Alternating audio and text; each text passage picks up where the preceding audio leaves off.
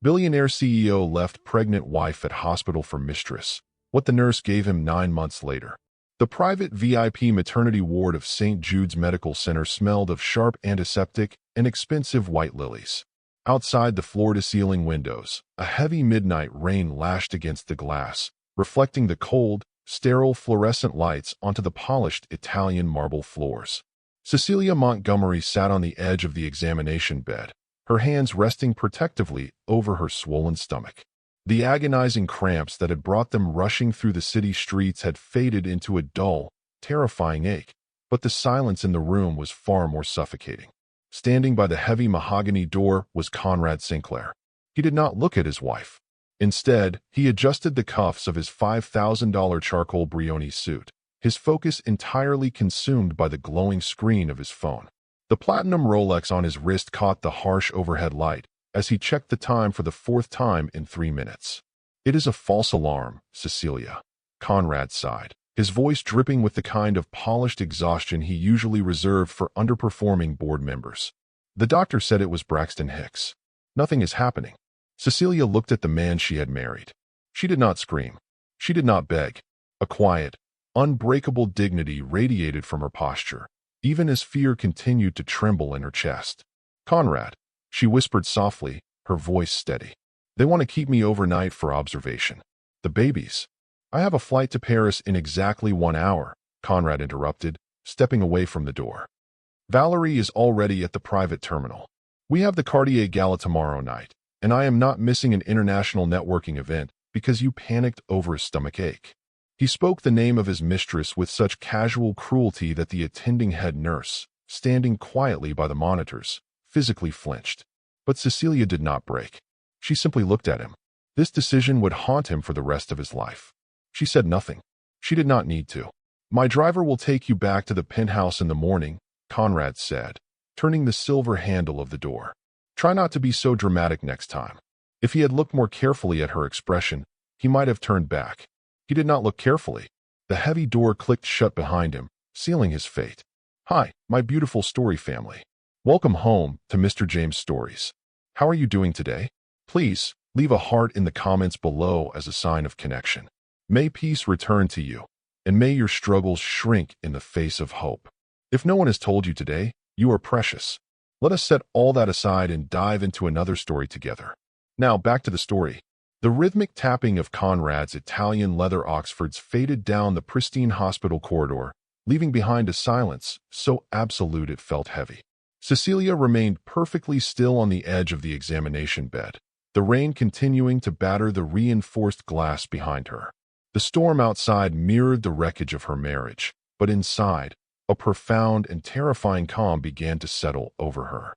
The head nurse, a seasoned woman with kind eyes and a badge that read Martha, stepped forward hesitantly. "Mrs. Sinclair, I am so incredibly sorry. If you need me to call anyone." "Montgomery," Cecilia corrected her, her voice a smooth, cool river of control. She slowly stood up from the bed, smoothing the fabric of her silk hospital gown. "My name is Cecilia Montgomery." Martha paused, nodding respectfully. "Of course. Can I get you anything, Mrs. Montgomery?" Cecilia walked gracefully toward the leather armchair where her belongings had been placed. She did not reach for a tissue. She did not weep for the man who had just boarded a private jet to betray her. Instead, she unclasped her understated, cream-colored Hermes Kelly bag. Her manicured fingers bypassed the diamond-encrusted wallet and the keys to the empty penthouse, wrapping instead around a thick, heavy envelope. It was sealed with dark crimson wax, bearing an intricate, unfamiliar crest. She turned back to Martha, holding the envelope out. The nurse stepped forward, taking it. It was surprisingly heavy, the embossed parchment thick and expensive.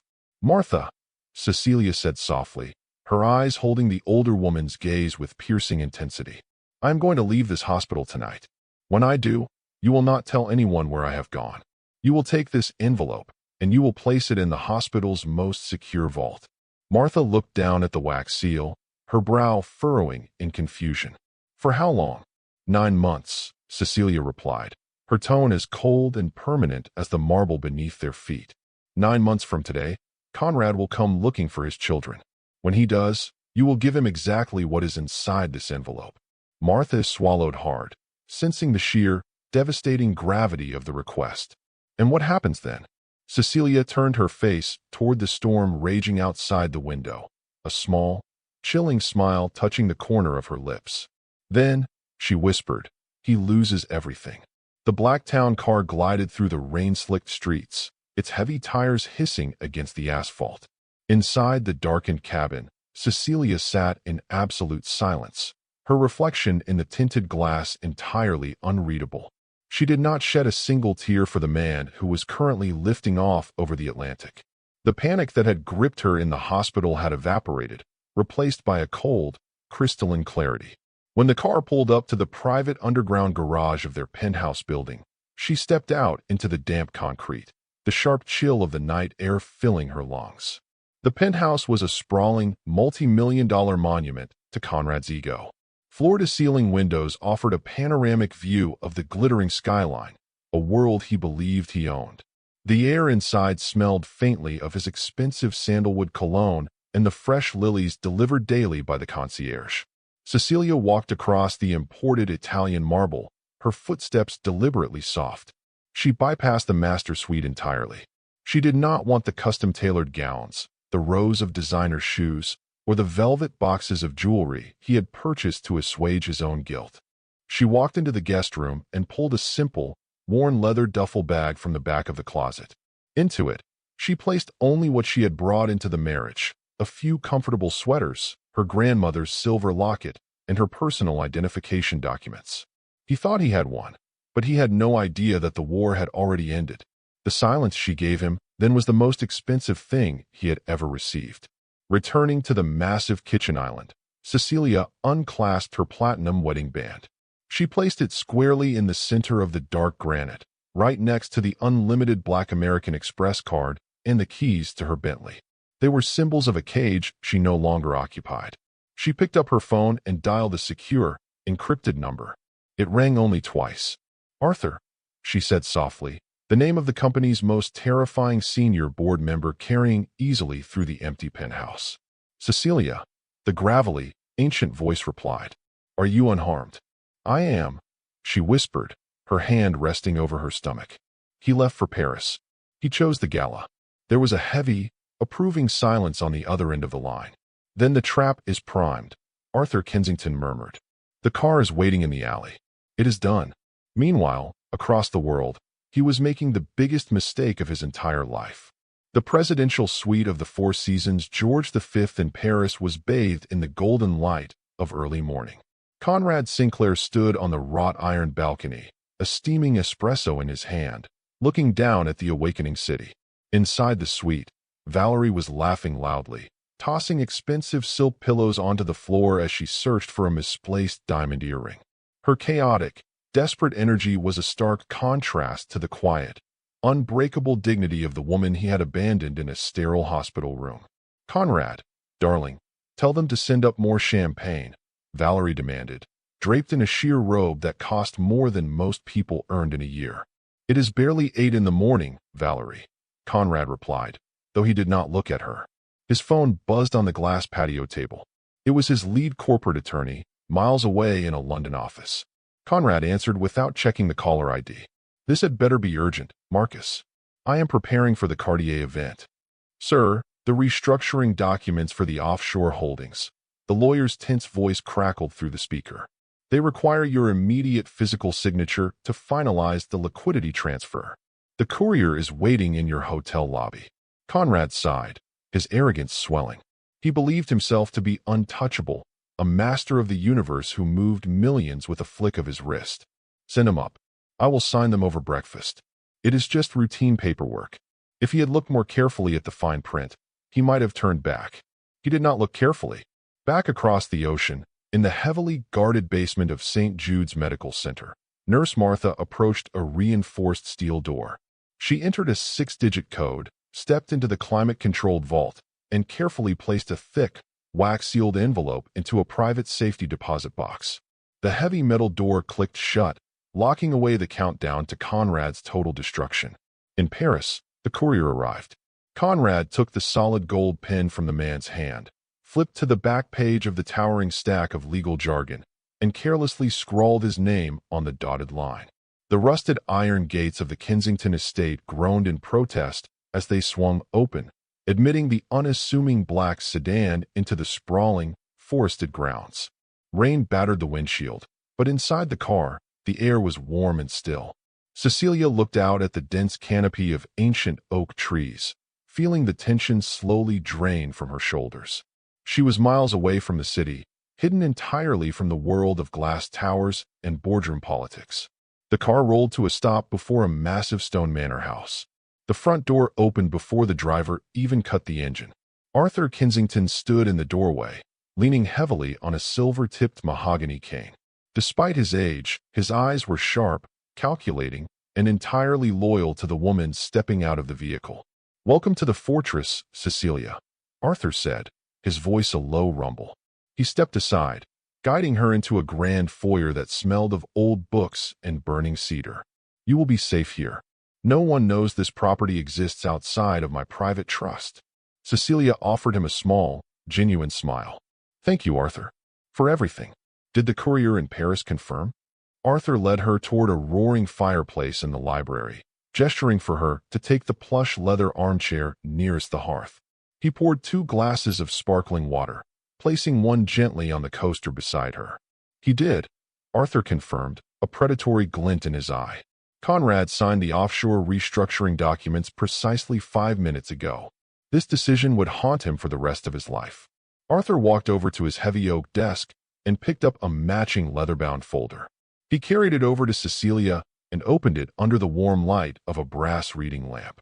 Inside was a perfectly legal, authenticated duplicate of the very papers Conrad had just blindly authorized. "He thinks he was transferring his vulnerable assets into a secure shell company to hide them from any potential divorce proceedings," Arthur explained softly, tapping the signature at the bottom of the page. "He did not read the bylaws of the shell company I created for him." Cecilia looked down at the signature that had just sealed her husband's fate. She traced the ink with a single manicured finger, her expression unreadable. "The company doesn't belong to him anymore," Cecilia whispered, the truth hanging heavy in the quiet room. Arthur smiled grimly. "No, my dear. As of this morning, he has legally transferred complete control of his private wealth to the unborn heirs." The heavy oak doors of Arthur Kensington's library remained closed, sealing Cecilia safely within the fortress, while an ocean away, a very different set of doors was sliding open. Conrad stepped out of his private elevator and directly into the sprawling, multi-million-dollar foyer of his New York penthouse. He expected the familiar, comforting scent of fresh jasmine and the quiet, accommodating presence of a wife waiting to manage his life. Instead, the air in the massive space felt stale and perfectly still. The floor-to-ceiling windows overlooking the glittering Manhattan skyline cast long, cold shadows across the imported Italian marble. Valerie trailed behind him, her heels clicking loudly as she dragged a Louis Vuitton weekender bag across the pristine floor. She was already complaining about the turbulence on the Gulf Stream and the lack of decent champagne stocked in the onboard fridge, her voice a sharp, grating contrast to the elegant silence Conrad was accustomed to. Ignoring her, Conrad walked into the expansive chef's kitchen. That was when he saw it. Resting squarely in the center of the dark, polished granite island was Cecilia's platinum wedding band. Beside it lay her unlimited Black American Express card and the heavy silver keys to her Bentley. They were arranged with terrifying precision. No note, no tear-stained letter of goodbye, just the cold, physical evidence of her departure.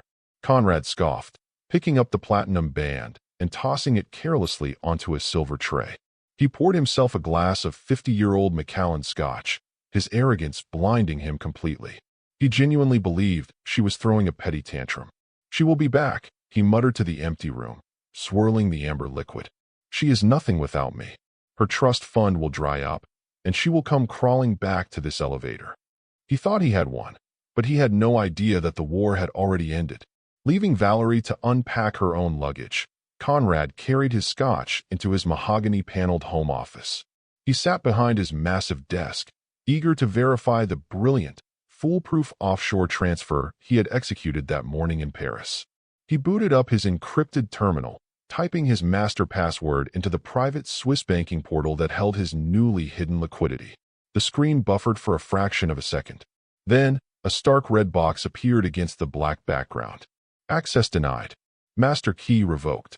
Conrad slammed his fist against the mahogany desk, the crystal Scotch glass rattling violently. He immediately dialed his chief wealth manager, screaming into the phone about incompetent IT departments and bureaucratic system errors. He refused to believe anyone could outmaneuver him. It was a glitch. It had to be a glitch. 2 months slipped by, and the glitch remained stubbornly unresolved, trapped in a labyrinth of automated legal firewalls his own lawyers could not penetrate.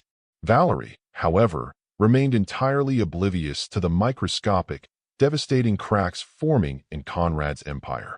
On a crisp Tuesday afternoon, she strutted into the flagship Cartier boutique on Fifth Avenue. The air inside smelled of expensive white tea and polished wealth. She sank into a plush velvet viewing chair, sipping complimentary champagne, while a white-gloved sales associate secured a breathtaking $150,000 diamond collar around her neck.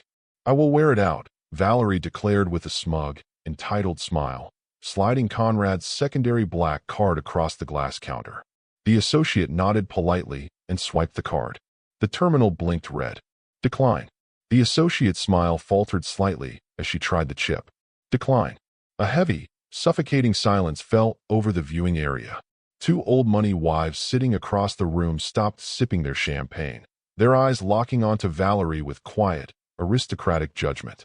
The humiliation burned the back of Valerie's neck like a physical brand. Miles away, in the quiet, sterile halls of St. Jude's Medical Center, Nurse Martha paused at her desk and reached out to flip the page of her calendar. 2 months down. 7 months remained until the dark crimson wax seal on the heavy embossed envelope would be broken. He would understand later. Much later. When it was already too late. Valerie stormed out of Cartier, her cheeks flushed with hot embarrassment, dialing Conrad furiously. Before she could press call, a silent courier in a tailored gray suit stepped directly into her path on the busy, rain-slicked pavement. Without a word, he handed her a thick, unbranded linen envelope and vanished into the crowd. Valerie tore it open with shaking hands. Inside was a forensic audit of her entire life. Every private jet flight, every designer shoe, calculated down to the penny. At the bottom of the page was a single, terrifying typed line: "The well is running dry."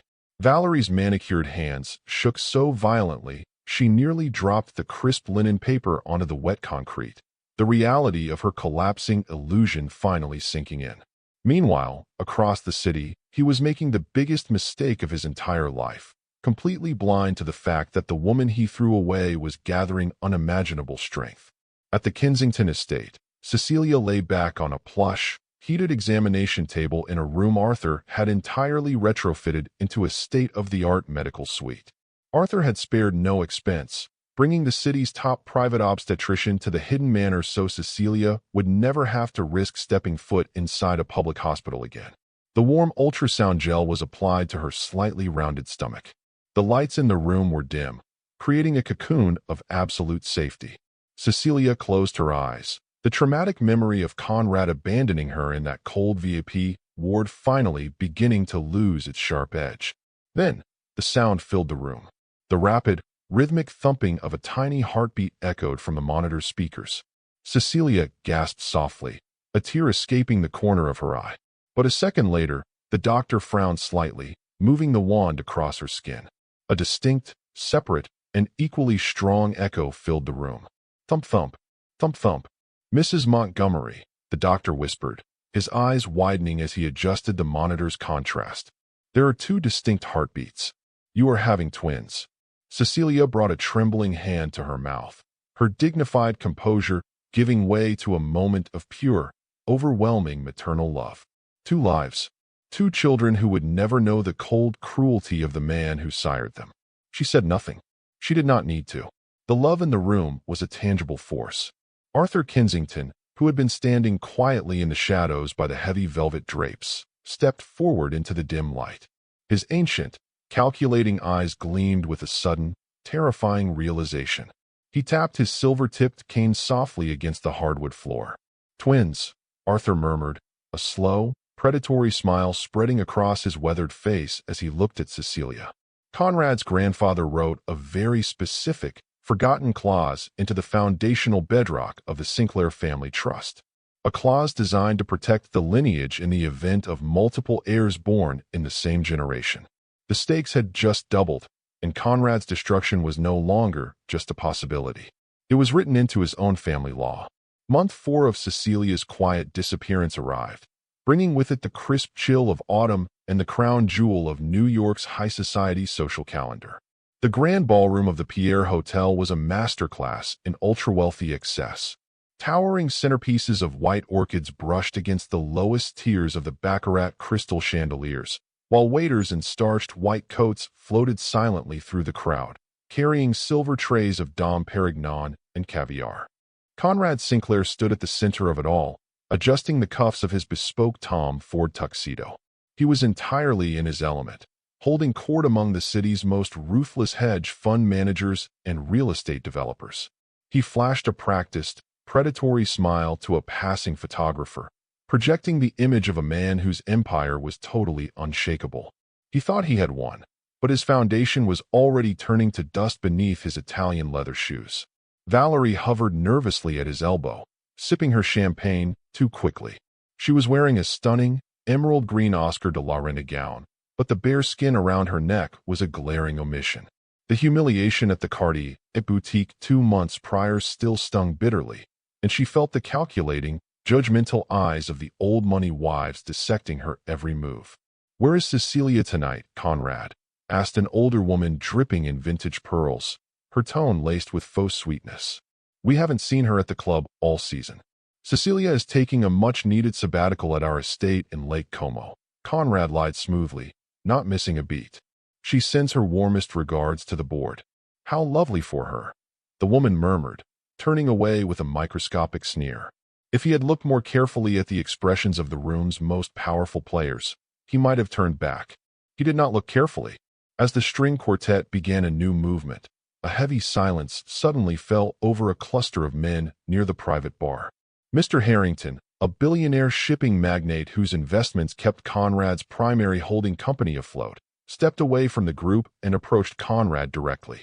Harrington's face was grave, his ancient, roomy eyes utterly devoid of the usual social warmth.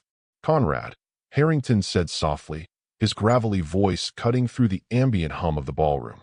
"I was reviewing the quarterly liquidity reports this afternoon. I noticed a highly unusual vacuum in your offshore capital reserves." Conrad's practiced smile froze on his face. Harrington took a slow sip of his bourbon. "Tell me, Conrad, why is a massive portion of your controlling collateral currently locked in an escrow account that neither you nor I have the clearance to access?" Month 5. Miles away from the suffocating panic of the Pierre Hotel ballroom, the Kensington estate was bathed in the warm, golden light of a late autumn afternoon. Cecilia sat at the massive oak desk in the library, her posture perfect, her quiet dignity filling the quiet room. She wore a soft, cream cashmere sweater that draped elegantly over her growing stomach. Spread across the desk were dozens of heavily redacted financial dockets. With Arthur Kensington's unparalleled guidance, she was not just reading Conrad's financial history, she was actively dismantling it. Using the massive influx of capital from the shell company Conrad had unwittingly transferred to her unborn children, she had begun quietly purchasing the debt of his most vulnerable subsidiaries. "You are doing beautifully, my dear," Arthur murmured, leaning on his silver-tipped cane as he looked over her shoulder at the glowing laptop screen. "You now hold the majority debt on his European logistics branch. He is entirely exposed." Cecilia said nothing. She did not need to. She simply pressed a single keystroke, legally finalizing the acquisition. Her revenge was elegant and inevitable. Meanwhile, deep beneath the bustling streets of the city, Arthur's trusted private security chief stepped off a service elevator into the basement of St. Jude's Medical Center. Nurse Martha, her face pale but resolute, met him at the reinforced steel doors of the hospital's private vault. Together, they entered the climate-controlled room. The security chief unlocked safety deposit box 401 and carefully slid out the heavy, embossed envelope.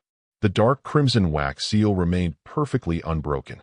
The security chief took a time-stamped photograph of the seal, nodded respectfully to Martha, and returned the envelope to the dark.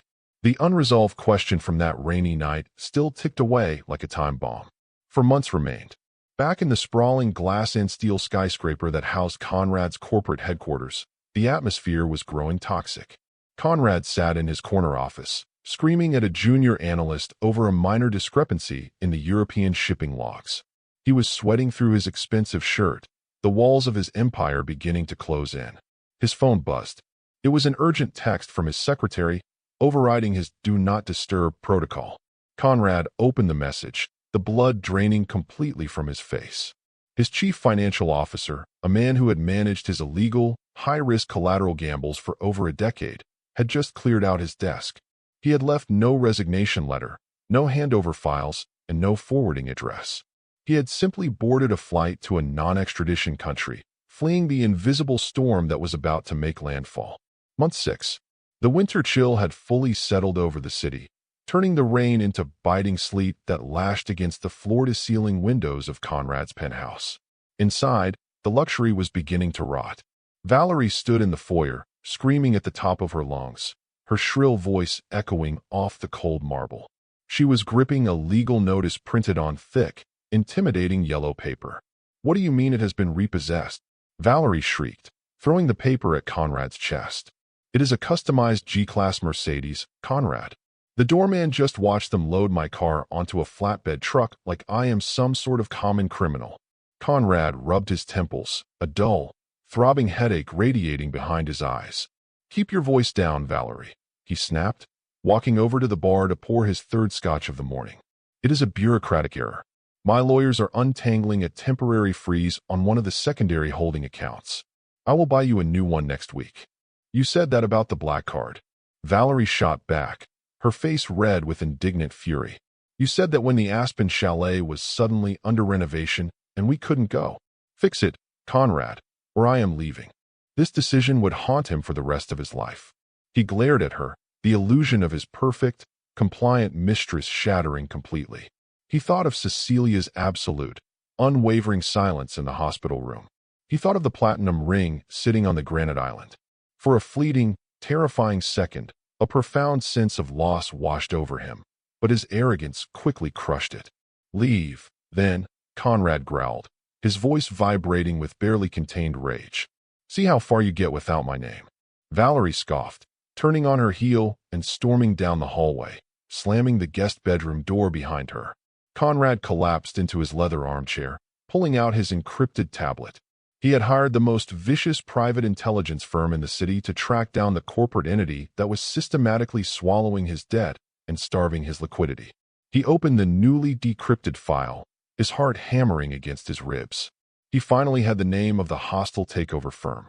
It was registered under a newly minted LLC, the Montgomery Genesis Trust.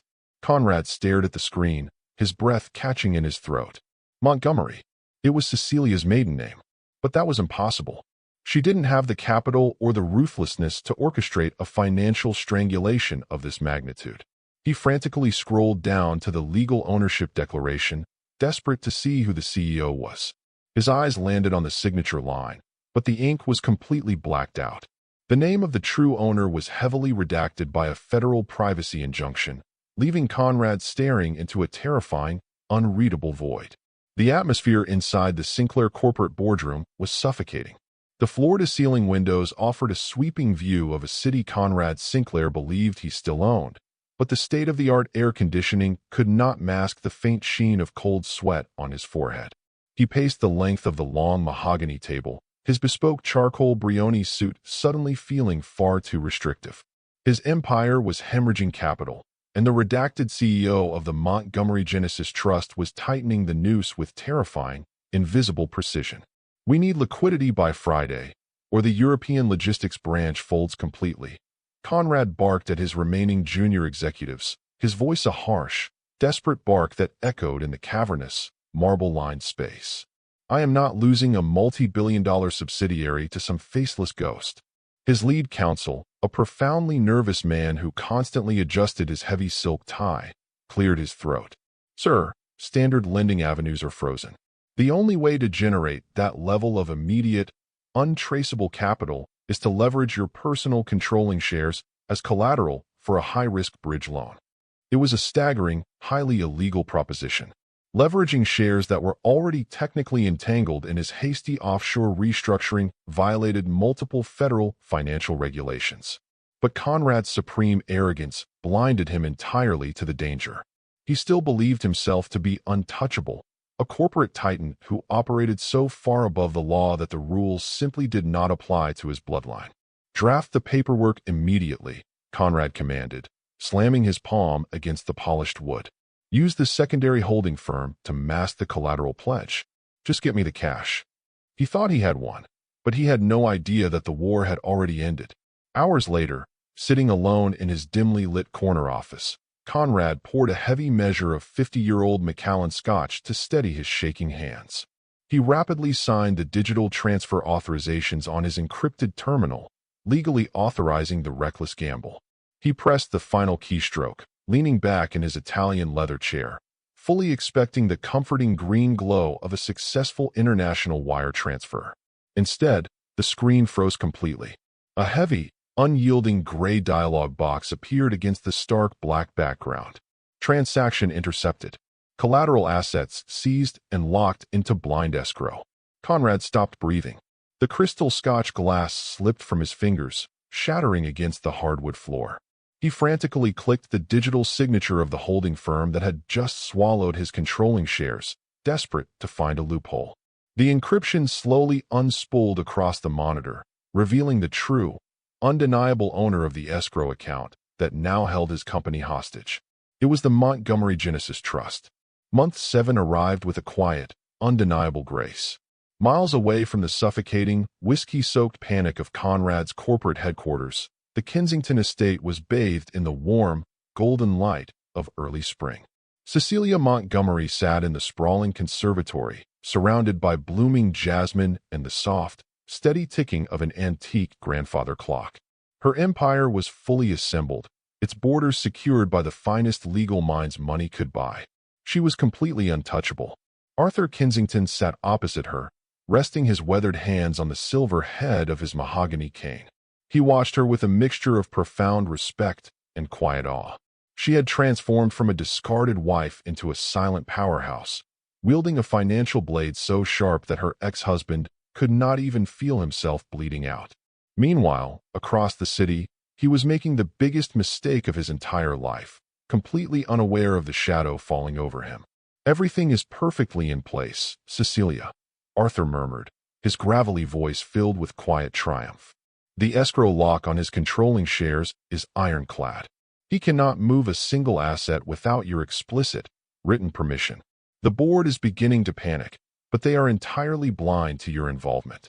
Cecilia offered a small, dignified nod, her hands resting gently over her heavily pregnant stomach. "In the hospital?" she asked softly, her voice a smooth river of absolute control. "Taken care of," Arthur smiled, a predatory gleam in his ancient eyes. "Nurse Martha officially resigned from St. Jude's Medical Center last week. I have quietly hired her as the new head of nursing at Conrad's own private corporate medical clinic. She works on his executive floor now." The unresolved question from that dark, rainy night continued to tick away. Only 2 months remained until the dark crimson wax seal would finally be broken. He would understand later. Much later, when it was already too late. Arthur reached into the breast pocket of his tailored tweed suit and produced a crisp, heavily embossed legal folder. He set it gently on the glass conservatory table, sliding it towards Cecilia.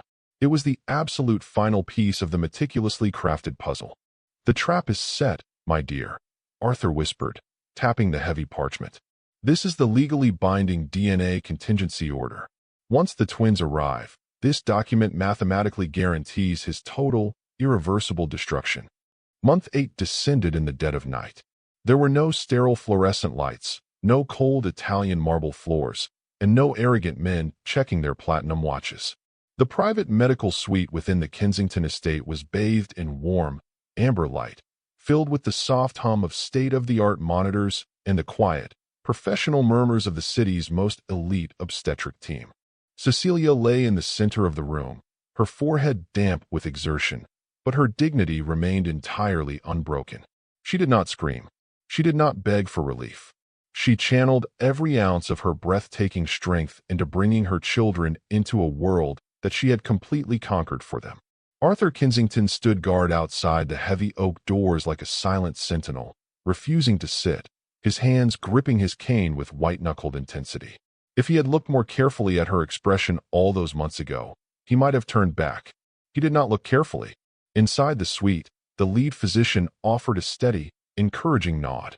"You are doing beautifully, Mrs. Montgomery." One final, strong push. Cecilia closed her eyes, drawing a deep, shuddering breath. She thought of the cold dismissal in Conrad's voice. She thought of the empire she had quietly seized from his arrogant hands. And then, with a final surge of profound, unbreakable maternal power, she pushed. A sharp, beautiful cry pierced the quiet warmth of the room. It was the sound of pure, unadulterated victory. "A healthy baby boy," the physician announced softly, quickly wrapping the infant in a soft, heated blanket before gently laying him on Cecilia's chest. Tears of absolute joy spilled down her cheeks as she cradled her son, kissing his warm forehead. Minutes later, a second cry joined the first, perfectly harmonizing in the quiet room. "And a beautiful baby girl," the nurse whispered, placing the second child into her waiting, protective arms. Outside the heavy oak doors, Arthur heard the miraculous, overlapping cries of the newborn twins. A deep, soulful sigh escaped the old man's lips, and the heavy burden of the last 8 months finally began to lift from his broad shoulders. He slowly reached into his pocket and pulled out his encrypted phone. He opened a secure messaging channel and typed exactly 2 words to Nurse Martha, who was currently stationed inside Conrad Sinclair's own corporate medical wing. Arthur pressed send. The screen illuminated the dark hallway with a single, chilling phrase. "It begins." Exactly 9 months had passed since the heavy rains lashed against the cold glass of St. Jude's Medical Center. The morning sun poured through the floor-to-ceiling windows of Conrad Sinclair's corner office, casting long, sharp shadows across the imported mahogany floorboards. It was the day of the annual shareholder gala, the event that was supposed to cement his legacy as an untouchable titan of industry. Conrad stood by the glass, looking down at the city he believed he conquered, adjusting the knot of his bespoke crimson silk tie. Despite the catastrophic liquidity crisis quietly strangling his offshore accounts, Conrad's hubris remained completely intact. He had convinced himself that the massive, illegal bridge loan he had authorized would clear by the end of the business day, wiping away the suffocating grip of the Montgomery Genesis Trust. He genuinely believed that by the time he stepped onto the stage tonight, he would be invincible once again. He thought he had won, but he had no idea that the trap had already snapped shut. His phone buzzed incessantly on his massive desk. It was Valerie, sending her 4th frantic text of the morning about her seized credit cards. Conrad swiped the notification away with a sneer of pure disgust. He was entirely finished with her chaotic, pathetic desperation. After the gala tonight, he planned to have his security team quietly evict her from the penthouse. He would find a new, less complicated distraction. He walked over to his intercom, pressing the silver button to reach his executive assistant. "Sarah, bring in my double espresso. And ensure my speech for tonight is loaded onto the teleprompter at the Pierre Hotel. I will not tolerate any technical errors." "Right away, Mr. Sinclair," the nervous voice crackled back. Conrad turned his back to the heavy double doors of his office, gazing out at the skyline once more, a cold, predatory smile playing on his lips. He was the king of this concrete jungle. No one could touch him. No one could outsmart him. The heavy mahogany doors clicked open. The soft, rhythmic sound of sensible, rubber-soled shoes stepped onto the Persian rug. "Put the coffee on the desk, Sarah," Conrad ordered, not bothering to turn around. "I did not bring coffee, Mr. Sinclair," a calm, seasoned voice replied. Conrad froze. That was not his assistant's voice. He spun around, his brow furrowed in deep, sudden anger. Standing in the center of his ultra-secure, private executive office was a woman he did not recognize. She wore a pristine white clinical uniform, her posture perfectly straight, her hands clasped respectfully in front of her. Her badge simply read Martha, head of executive medicine. "Who are you?" Conrad snapped, his voice vibrating with aristocratic fury. "How did you get past my security detail?" Martha did not flinch. She simply reached into the deep pocket of her uniform. "I was hired by your own board of directors 3 weeks ago, sir," she said softly. And then she withdrew a thick, heavy envelope sealed with dark crimson wax. The air in the cavernous corner office suddenly felt as though it had been entirely vacuumed out. Conrad stared at the heavy embossed parchment in the nurse's hand. The dark crimson wax seal caught the morning light, gleaming like fresh blood against the stark white of her uniform. A strange, primal sense of dread began to uncoil in the pit of his stomach, though his arrogant mind refused to understand why. "What is that?" Conrad demanded, taking a step forward. "I do not accept unsolicited documents. Get out of my office before I have you thrown onto the pavement." Martha did not move a single inch. Her kind eyes, which had looked upon a terrified, abandoned woman 9 months ago with profound pity, were now as hard and unyielding as flint. She stepped forward and placed the heavy envelope directly onto the center of his polished mahogany desk. "9 months ago, Mr. Sinclair, you left a woman in the VIP maternity ward of St. Jude's Medical Center," Martha said, her voice dropping to a terrifyingly quiet register. "It was raining. You told her you had a flight to Paris. You told her not to be dramatic." Conrad's breath hitched in his throat. The memory, which he had so casually discarded, violently resurrected itself. "Cecilia." Before she walked out of that hospital, Martha continued, her unwavering gaze locking him in place. "She gave me this envelope. She gave me a single instruction. She told me to wait exactly 9 months, and then give it directly to you. Hold on, because what happened next even I did not see coming." Conrad's hands began to tremble. The invincible CEO, the titan of industry, suddenly looked very small inside his expensive Brioni suit. He reached out, his fingers brushing the thick parchment. He broke the crimson wax seal. The sharp crack echoed in the silent room like a gunshot. He pulled out the first document. It was a certified medical laboratory report. He scanned the dense medical terminology, his eyes violently darting across the page until they landed on the bolded conclusion at the bottom. Probability of paternity, 99.99%. Subject A, male infant. Subject B, female infant. Twins. The room began to spin. He had children. He had 2 living, breathing heirs that he had never met, born to a woman he had called worthless. But the true devastation was still hidden in the envelope. Conrad reached inside and pulled out the second document. It was a copy of the offshore restructuring contract he had blindly signed in the Paris hotel suite. But now, it was accompanied by a terrifying legal addendum bearing the gold seal of the Sinclair Family Trust, countersigned by Arthur Kensington. Conrad read the words, the color draining completely from his face. The clause was ancient, bulletproof, and utterly merciless. By signing those papers in Paris, he had authorized the transfer of his assets. But the hidden trust clause dictated that upon the birth of multiple legitimate heirs, any newly restructured holding firm immediately defaulted to the ownership of the children, effectively bypassing him entirely to protect the bloodline. Because the children were minors, complete and total executive control of the Montgomery Genesis Trust, and by extension, 51% of Conrad's entire empire, was legally awarded to their sole guardian, Cecilia Montgomery. Conrad physically stumbled backward, his legs giving way. He collapsed into his leather chair, his mouth opening and closing silently. He had not just been outsmarted. He had been clinically, legally, and permanently financially slaughtered. The bridge loan he tried to execute yesterday? He had used shares he did not legally own. He had just committed federal fraud. He looked up at Martha, his eyes wide with absolute, suffocating terror. "She said to tell you," Martha whispered, a small, dignified smile finally touching her lips, "that the well has officially run dry." "Get out!" Conrad screamed, his voice shattering into a raw, guttural roar of pure panic. "Get out of my office." Nurse Martha simply nodded respectfully, turning on her heel and walking out of the heavy mahogany doors, leaving the broken billionaire entirely alone with his ruin. Conrad lunged forward, his trembling hands sweeping his crystal Scotch decanter and his solid gold pins off the desk. They shattered violently against the floor, but the noise did nothing to drown out the deafening roar of blood in his ears. He grabbed his encrypted phone, his fingers shaking so violently he misdialed twice before finally connecting to Marcus, his lead corporate counsel. "Marcus, get to my office immediately," Conrad bellowed, spit flying from his lips. "Bring the entire crisis team. We have been breached."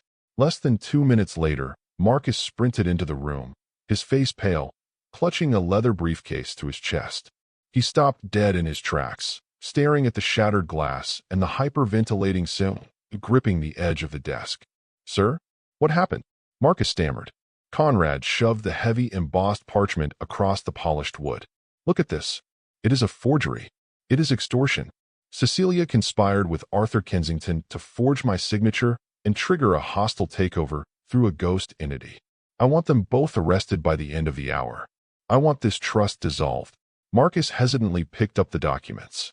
As the lead attorney's eyes scanned the complex legal jargon, the DNA confirmation, and the Paris signature, his breathing became shallow. He flipped to the final page, examining the notary seal and the digital thumbprint Conrad had provided in the Four Seasons suite.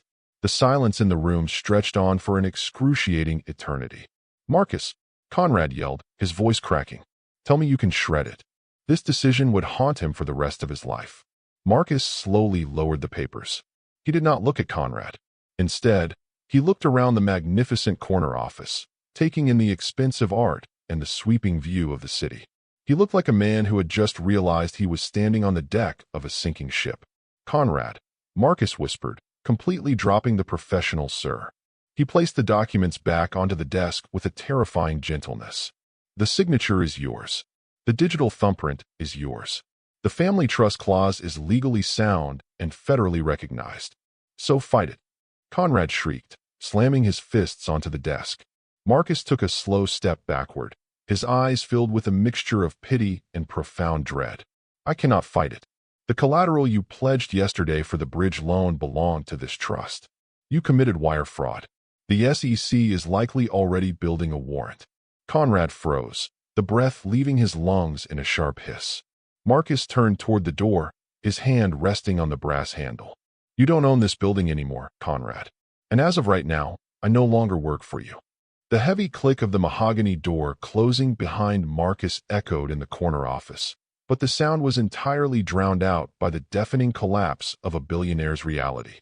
Miles away, entirely oblivious to the federal warrants currently being drafted in a sterile government building, Valerie was standing in the center of the penthouse master suite. The floor was littered with discarded silk garments and velvet jewelry boxes. She was frantically stuffing expensive cashmere sweaters into a towering stack of custom goyered trunks, her hands shaking so violently she could barely operate the gold clasps. Her private wealth manager had called exactly 4 minutes ago. The conversation had been brief, cold, and utterly devastating. Every secondary account linked to Conrad's offshore holdings had been frozen under a federal injunction. Her black cards were dead plastic. The luxury lease on her new Mercedes was officially in default. "Useless," Valerie hissed through her teeth, violently tossing a pair of diamond earrings into her bag. "He was supposed to be untouchable. He is nothing but a fraud." She had zero intention of staying to watch the ship sink. She picked up her phone to summon a private car to the airport, fully intending to drain whatever cash she had left and disappear to Monaco before the scandal broke the evening news.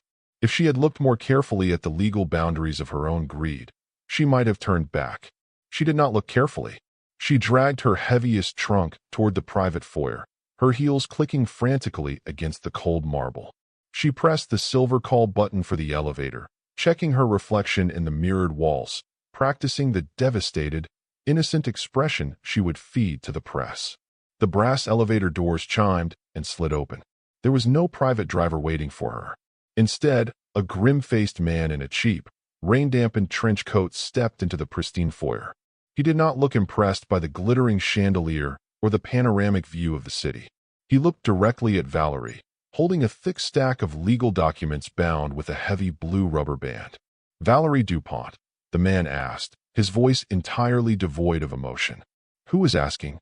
Valerie snapped, her heart suddenly hammering against her ribs. The man stepped forward and pressed the heavy stack of papers directly against her chest. "You have been served." Valerie gasped, the papers slipping from her hands and scattering across the imported marble. She stared down in absolute horror at the bold, black lettering on the top page. It was a civil lawsuit filed by the Montgomery Genesis Trust, demanding the immediate repayment of $12 million in embezzled corporate funds, plus damages.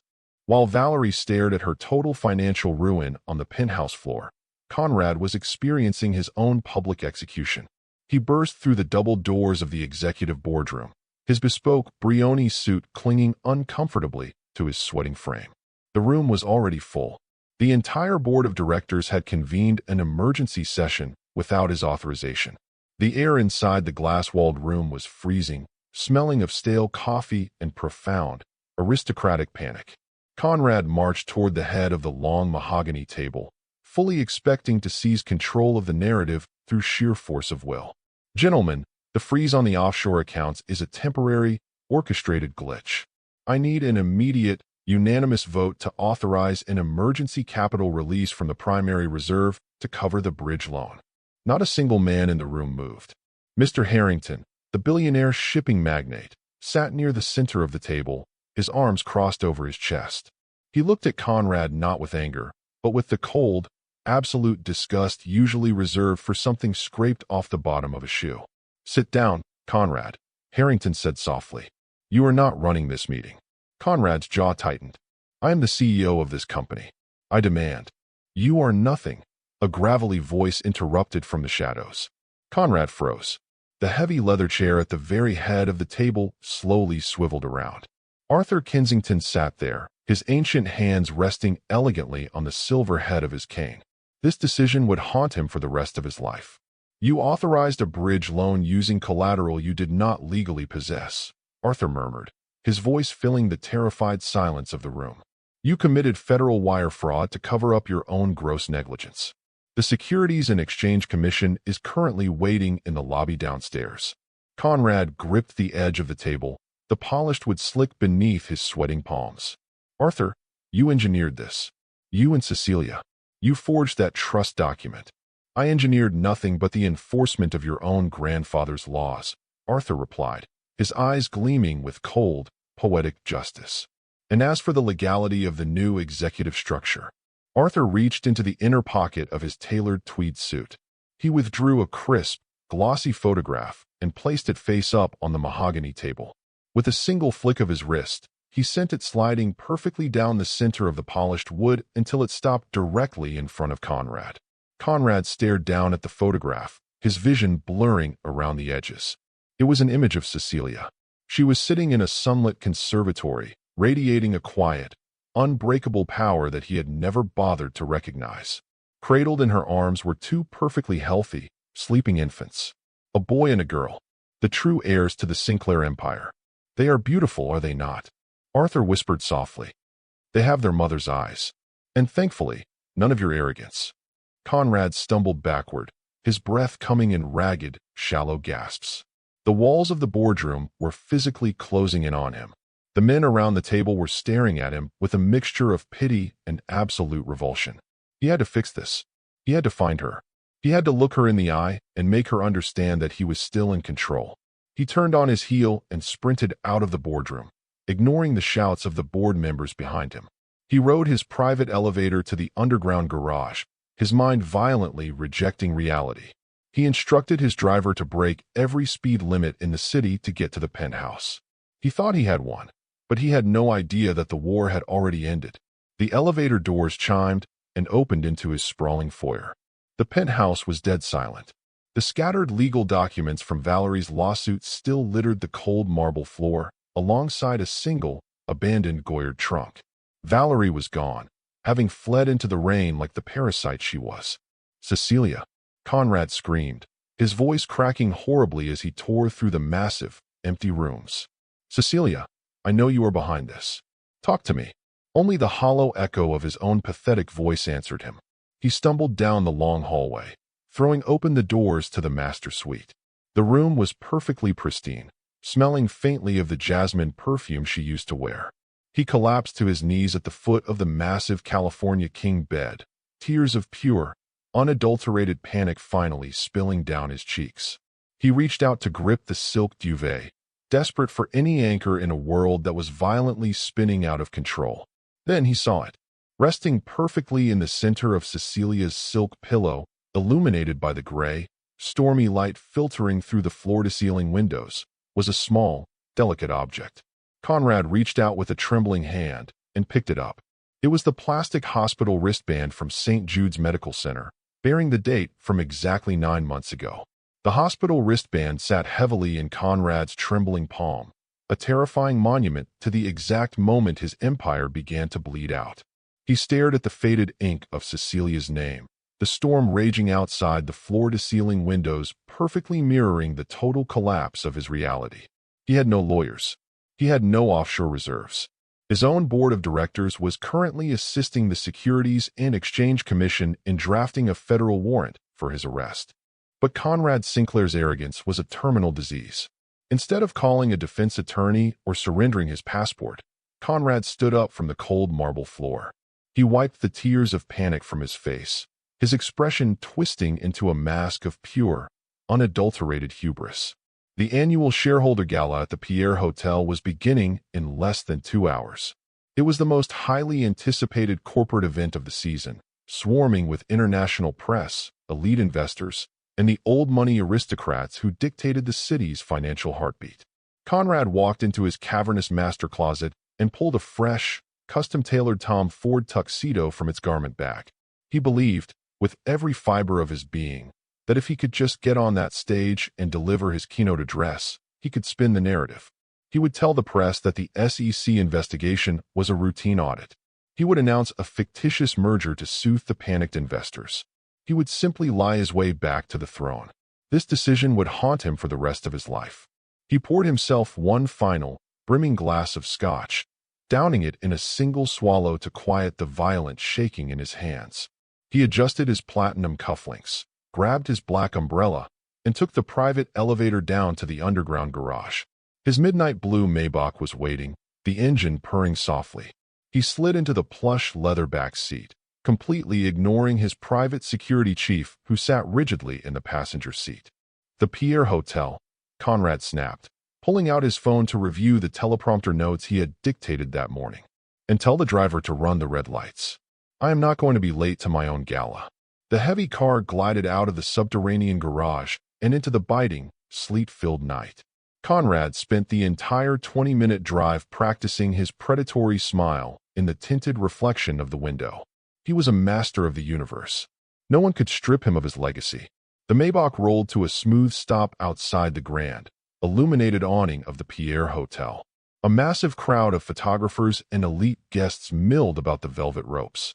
Conrad adjusted his silk bow tie, waiting for his security chief to step out into the rain and open his door, as was the absolute protocol for the last decade.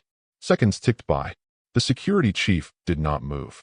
Conrad tapped his gold-plated signet ring against the partition glass. "Open the door," he barked.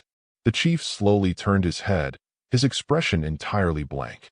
He looked at Conrad, then looked away, deliberately folding his hands in his lap. The locks on the heavy passenger doors remained stubbornly engaged. "Are you completely deaf?" Conrad roared, kicking the back of the driver's seat. "I said open the damn door. I don't work for you anymore, Mr. Sinclair." The security chief replied softly, his voice cutting through the quiet hum of the engine. "My contract was officially transferred to the Montgomery Genesis Trust at 5 o'clock this evening. I was instructed to deliver you to this address. Nothing more." Conrad's face flushed a violent, dangerous red. He shoved the heavy door open himself, stumbling out into the freezing, relentless downpour. He had no umbrella. Within seconds, his $5,000 tuxedo was soaked through, the expensive silk clinging pathetically to his shivering frame. If he had looked more carefully at the expressions of the guests gathering under the awning, he might have turned back. He did not look carefully. He marched toward the red carpet, shoving his way blindly through a cluster of confused valet attendants. But as he reached the top of the marble steps, a shrill, hysterical voice cut through the ambient noise of the arriving elite. "Conrad, you lying, pathetic fraud." Valerie pushed her way past a towering floral arrangement, her expensive Oscar de la Renta gown completely ruined by the rain, her mascara running in dark, jagged streaks down her pale cheeks. She had not managed to escape to Monaco. When she attempted to board a private charter at Teterboro Airport, the aviation authority had rejected her blacklisted passport, and her frozen funds could not even cover the taxi ride back to Manhattan. "You ruined me," Valerie screamed, lunging forward to strike Conrad's chest. "They seized my accounts. I was served a multi-million-dollar lawsuit in your own hallway." Conrad violently shoved her away, his eyes wild with panic as the flashing bulbs of the paparazzi suddenly swiveled in their direction. "Get away from me, you parasite," he hissed, desperately trying to salvage an ounce of his dignity. "Security, remove this woman." But the hotel security team simply stood by the brass doors, watching the billionaire and his mistress tear each other apart in the gutter like common brawlers. The old money wives and hedge fund managers Conrad so desperately wanted to impress were now pointing and whispering, their faces twisted in absolute disgust. "Please, sir." A massive hotel bouncer finally stepped forward, his tone completely devoid of the usual reverence. He grabbed Conrad firmly by the elbow, while another guard corralled Valerie. "You are causing a scene on the street. Move inside." They were physically herded through the grand brass doors, not as honored hosts, but as humiliating public nuisances. Conrad stumbled into the magnificent, orchid-scented foyer, his wet shoes squeaking loudly against the pristine marble. He ripped his arm away from the bouncer, his chest heaving as he frantically tried to smooth his ruined hair. He had to get to the ballroom. He had to get to the stage. Suddenly, the massive crystal chandeliers above them flickered, and the ambient lighting in the grand ballroom began to dim. The sudden dimming of the lights signaled the beginning of the keynote address. Conrad abandoned Valerie in the foyer without a second glance, pushing his way through the heavy mahogany doors and into the cavernous, packed ballroom. The air smelled of expensive white orchids and vintage champagne. Hundreds of the city's most powerful figures were seated at long, elegant tables. Conrad marched down the center aisle, leaving a trail of damp footprints on the plush crimson carpet. He expected the room to quiet in reverence as he approached. He expected the board members at the front tables to stand and greet him. Instead, as he passed, chair after chair physically shifted away from him. Mr. Harrington, seated at the center table, deliberately turned his back as Conrad walked by. The silence in the room was not respectful. It was the heavy, suffocating silence of a crowd watching a dead man walking. He thought he had won, but the execution had already been scheduled. Conrad ignored the burning stairs. He reached the foot of the stage, taking the carpeted steps two at a time. He marched directly to the lucite podium, gripping the edges with white-knuckled intensity. The massive jumbotron behind him was currently dark. He leaned into the slim silver microphone, his breath echoing heavily through the state-of-the-art sound system. "Ladies and gentlemen," Conrad began, his voice shaking but laced with a desperate, venomous arrogance. "There are rumors circulating tonight. Vicious, unfounded rumors designed to destabilize the incredible work we have accomplished this quarter. But I assure you, I am still in complete control of this empire." He paused, waiting for the applause, waiting for the validation he had fed upon his entire life. There was nothing but a profound, deafening silence. Conrad tapped the microphone, a sharp spike of panic hitting his chest. "I said, I am in complete control." Click. The microphone went completely dead in his hand. The green power light on the base of the podium blinked out. The sound system had been remotely severed. Conrad frantically tapped the metal mesh, shouting into the dead instrument, but his voice barely carried past the first row of tables. He looked down at the sound technician in the orchestra pit, his face purple with rage. "Turn it back on," Conrad screamed, entirely abandoning his polished persona. The technician did not look at him. The young man simply removed his headset and walked away from the soundboard. "Hold on," because what happened next even I did not see coming. A low, hydraulic hum vibrated through the floorboards. The massive, 20-foot mahogany doors at the very back of the ballroom, which had been securely sealed for the keynote, suddenly clicked and swung wide open. A brilliant swath of golden light from the foyer spilled into the dim ballroom, cutting a perfectly straight path down the center aisle, leading directly to the stage. Every single head in the room turned toward the light. Conrad froze behind the dead podium, the breath completely leaving his lungs. He stared at the back of the room, his heart suddenly hammering a terrifying, violent rhythm against his ribs. The executioner had arrived.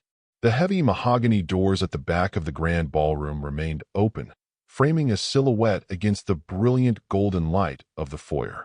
The string quartet, which had been softly tuning their instruments in the orchestra pit, fell completely silent.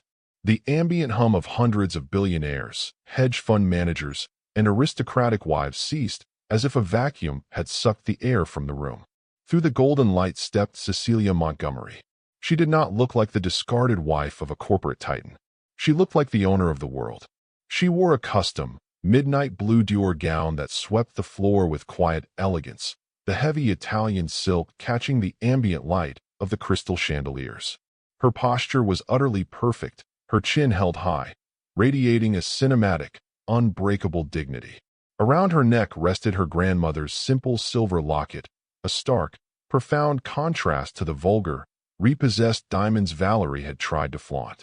Arthur Kensington walked half a step behind her, his silver-tipped cane tapping a slow, rhythmic beat against the imported marble, sounding exactly like the ticking of a doomsday clock. As Cecilia began to walk down the center aisle, the impossible happened. The ultra-wealthy crowd, people who bowed to absolutely no one, instinctively parted for her. Chairs scraped against the plush crimson carpet as old money investors and ruthless executives physically moved out of her path, recognizing the undeniable aura of absolute power. She said nothing. She did not need to. The silence she gave the room then was the most expensive thing anyone had ever witnessed. Conrad stood frozen behind the dead podium, his wet tuxedo clinging to his shivering frame. His eyes were wide, the arrogant sneer completely wiped from his face. He watched the woman he had called worthless glide toward him, entirely untouched by the rain or the panic that had consumed his night. He tried to speak, to order security to remove her, but his throat was sealed shut. Cecilia reached the base of the stage. She did not look at him with hatred. She looked at him with the chilling, clinical detachment of a forensic accountant observing a rounding error. She gracefully ascended the carpeted steps, the rustle of her Dior gown the only sound in the cavernous room. The rain continued to batter the high windows of the Pierre Hotel, a distant, muffled roar beneath the suffocating silence of the ballroom. Every camera lens in the press pit at the back of the room was trained on the stage, the flashing bulbs casting sharp, strobe-like shadows across Conrad's pale, terrified face. Conrad physically stumbled backward, his Italian leather shoes slipping slightly on the polished wood of the stage.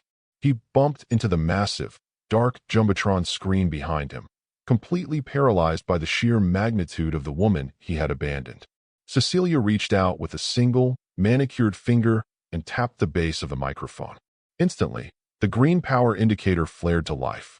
The sound technician in the pit had restored the feed the exact second she touched it. She looked out over the sea of faces, the board of directors, the elite investors, the international press corps. When she spoke, her voice was not loud.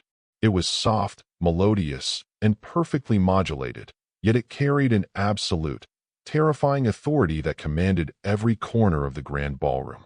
9 months ago, Cecilia began, her voice echoing with crystalline clarity. I sat in the VIP maternity ward of St. Jude's Medical Center.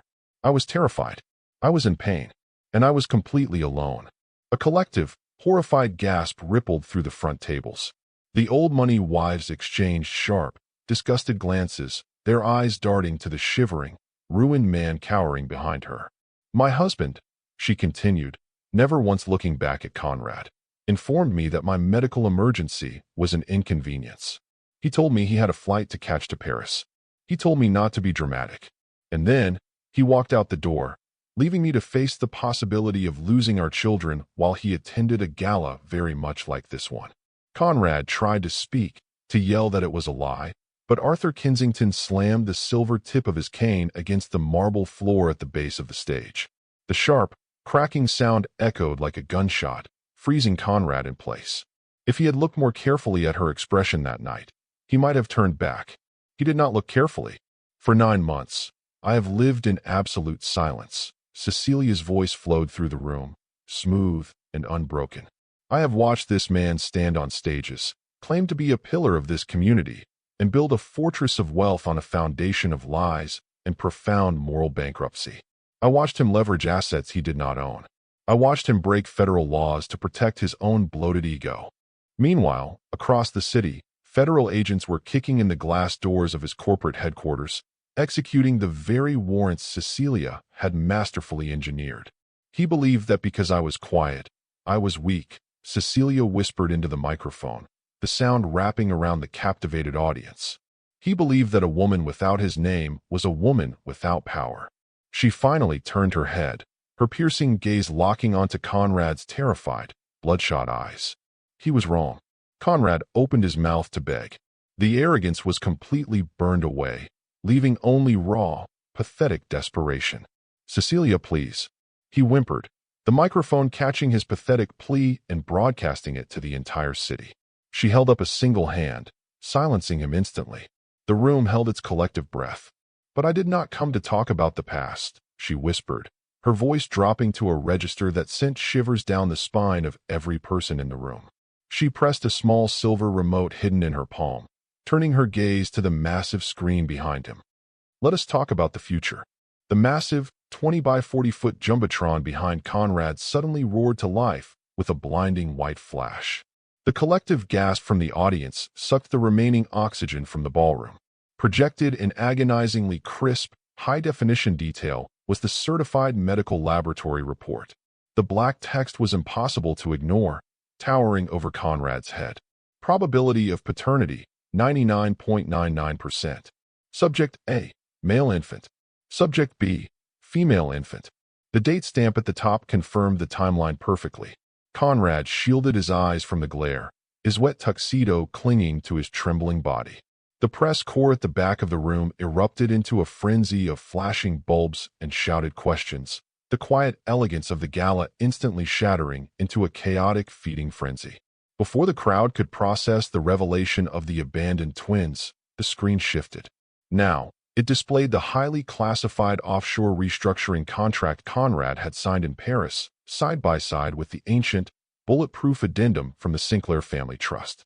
The specific clause was highlighted in bright, damning yellow. Immediate default of executive control to the legal guardian of multiple legitimate heirs.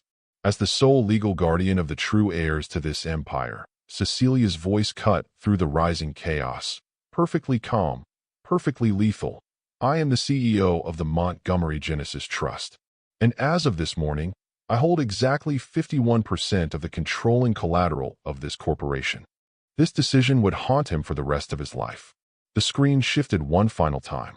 It displayed the digital ledger of the illegal bridge loan Conrad had attempted to execute a day prior, using shares that legally belonged to his infant children. At the bottom of the ledger was the unmistakable, terrifying seal of the Securities and Exchange Commission, stamped in blood red. "Warrant pending. Wire fraud." Mr. Harrington, the billionaire shipping magnate whose capital kept Conrad afloat, stood up from his front row table. He buttoned his tuxedo jacket with slow, deliberate precision. He looked at Conrad, his face a mask of absolute, unforgiving disgust. Without a single word, Harrington turned his back on the stage. The gesture was infectious. One by one, the most powerful men and women in the city stood up from their chairs. Hedge fund managers, international diplomats, old money matriarchs. They all turned their backs on the ruined billionaire, facing the heavy mahogany doors at the rear of the ballroom. The absolute, public execution of his status was complete. He was no longer a titan. He was a ghost.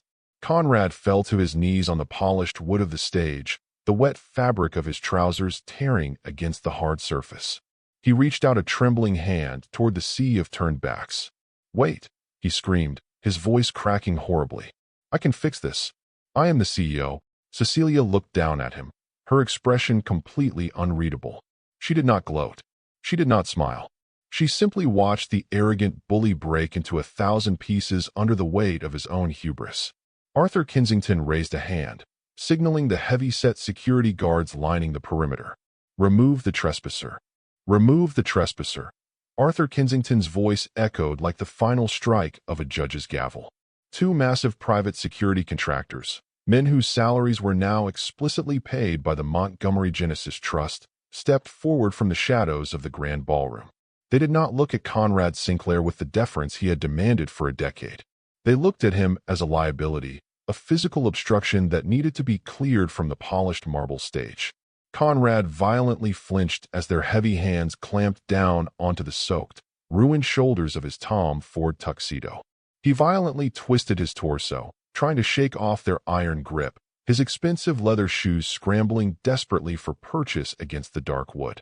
"Get your hands off me!"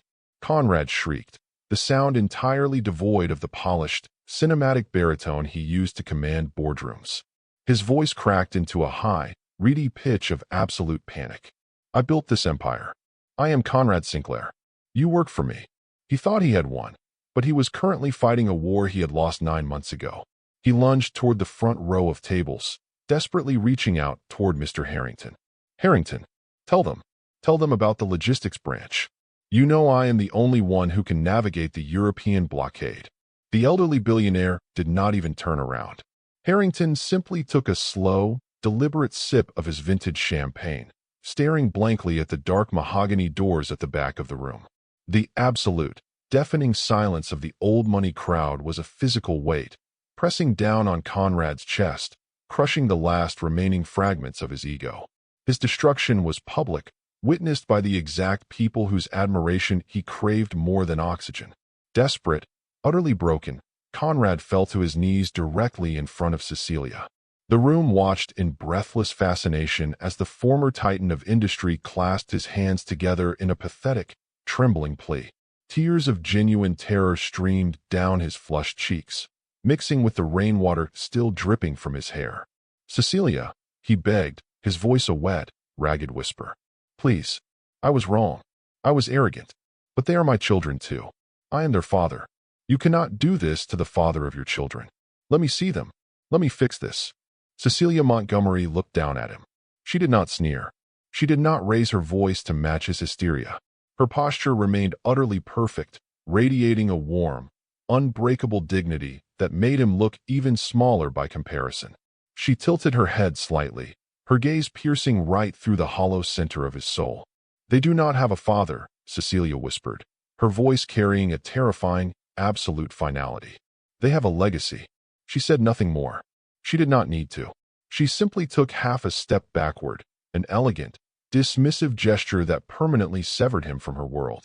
The security guards hauled him to his feet, lifting him completely off the floor as he kicked and thrashed like a petulant child, dragging him backward toward the exit. The transition from the warm, orchid-scented air of the grand ballroom to the brutal, freezing reality of the New York streets was violent and immediate. Conrad was dragged through the sprawling hotel lobby, his heels leaving dark, wet streaks across the pristine marble floors. He screamed obscenities, threatening to sue the guards, the hotel, and the board of directors, but his threats were empty air. The valet attendants and bellhops, people he had ignored and belittled for years, simply watched him pass with quiet, unmistakable satisfaction. The heavy brass doors of the Pierre Hotel were shoved open. The biting winter sleet immediately lashed against his face. With a final, coordinated heave, the security guards threw Conrad Sinclair down the carpeted stairs. He hit the rain-slicked concrete of the pavement hard, his knees tearing through the expensive Italian wool of his trousers, the skin scraping painfully against the freezing asphalt. He gasped for air, the wind knocked completely out of his lungs, his tailored jacket twisted and ruined around his shoulders.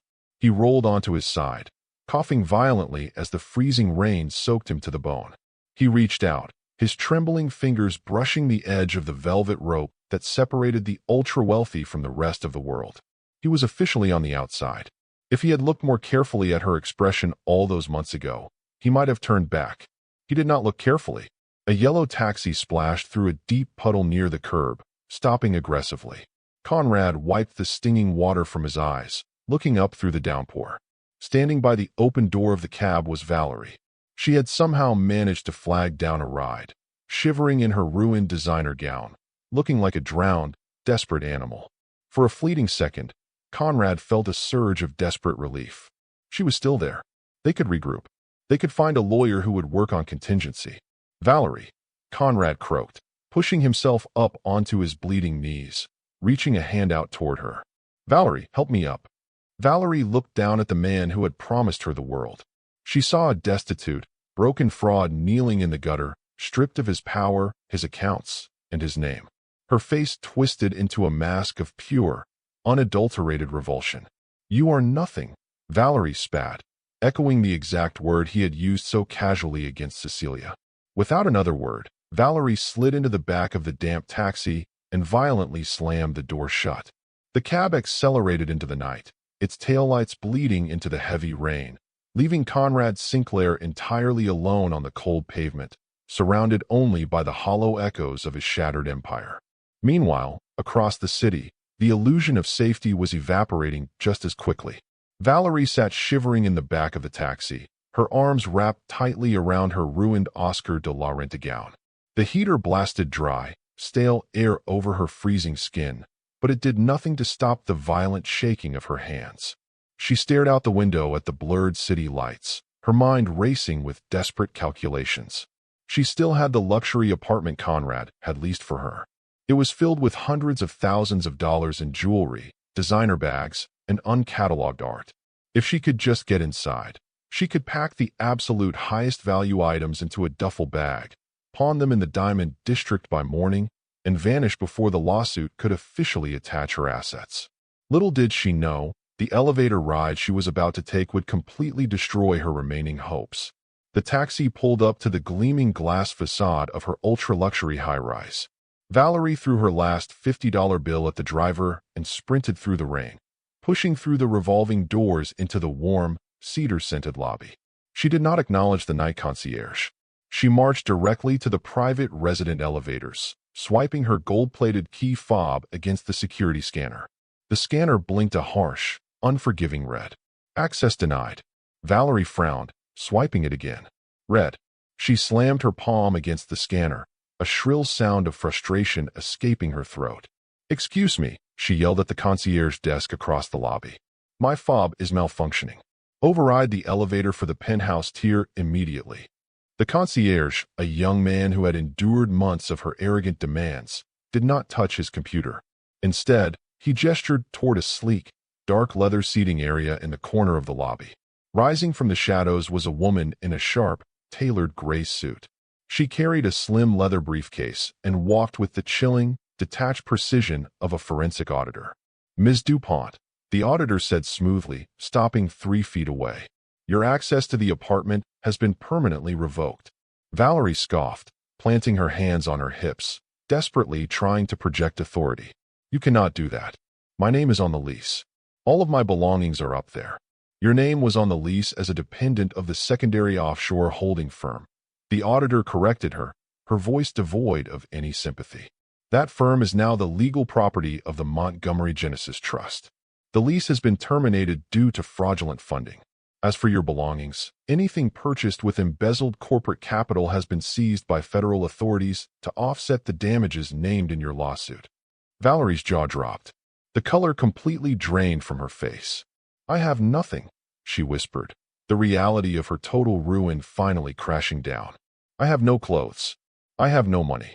He would understand later. Much later. When it was already too late. For Valerie, it was also too late. The auditor unclasped her briefcase and pulled out a plain white envelope. She handed it to Valerie. "The CEO of the Genesis Trust authorized a single, final disbursement. For your travel." Valerie tore the envelope open with shaking fingers, praying for a cashier's check.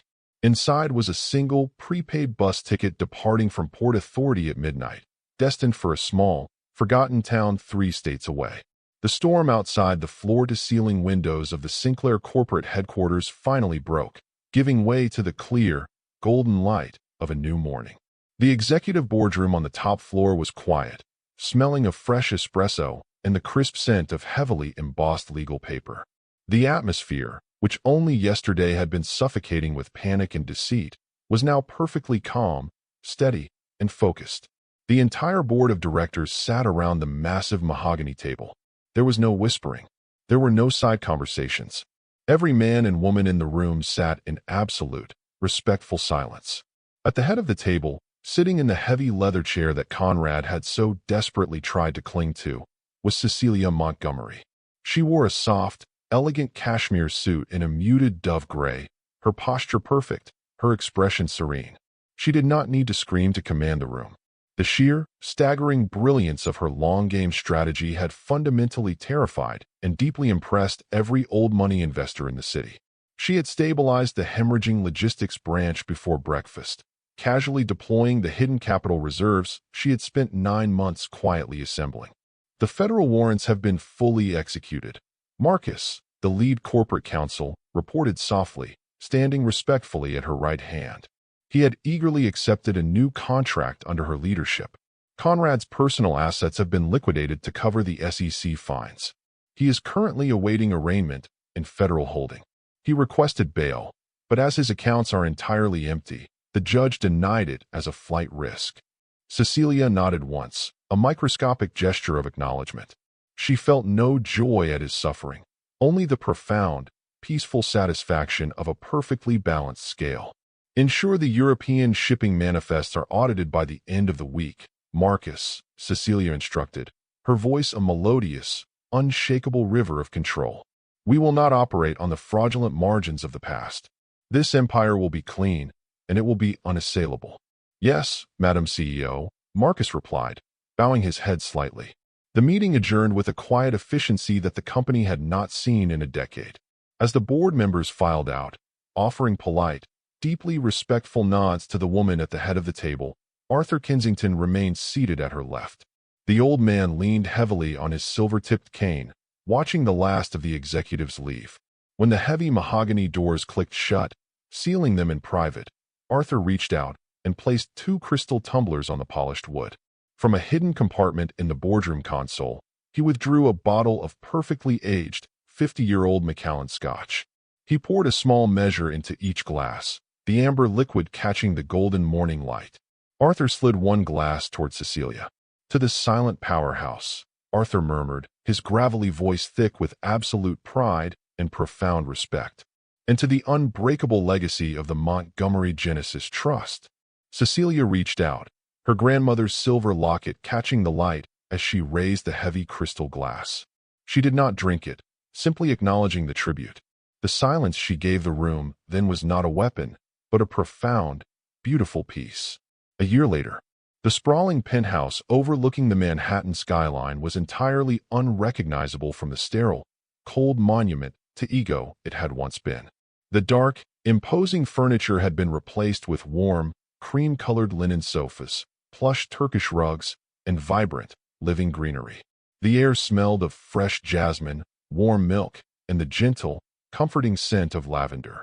Cecilia Montgomery stood by the floor-to-ceiling windows, the golden hour light spilling across her serene face. She wore a simple, flowing silk robe, her bare feet resting softly on the warm hardwood floor. In her arms, she held her sleeping son, his small chest rising and falling in a perfect, peaceful rhythm. At her feet, sitting on a plush playmat, her daughter was happily grasping at a brightly colored wooden toy, her bright eyes wide and curious. They were safe. They were surrounded by absolute, unconditional love, completely insulated from the arrogant cruelty of the man who had unknowingly gifted them the world. The twins were not tools of revenge. They were the undeniable, breathing proof that she had endured the absolute worst of human betrayal, and she had thrived. Arthur Kensington sat in a comfortable armchair near the fireplace, gently reading a leather-bound book, an eternal, fiercely loyal guardian to the family. Cecilia looked out over the glittering city. She thought of the cold, sterile hospital room. She thought of the heavy crimson wax seal. She thought of the agonizing patience it took to wait in the shadows while the man who broke her vows slowly built his own gallows. Justice, true poetic justice, was never loud. It did not beg, and it did not scream. It simply waited. It waited for the precise moment when the arrogant bully believed he was entirely untouchable, and then, with absolute elegance, it took everything. She pulled her sleeping son a little closer to her chest, a soft, beautiful smile touching her lips. The world outside those windows belonged entirely to her children, perfectly ordered, beautifully secure, and forever free of the shadow of Conrad Sinclair. Stay close to this family, my beautiful story listeners. We have so many more stories of quiet strength and poetic justice where this came from. Don't let this story end without the people who need it most hearing it. Share it with someone today.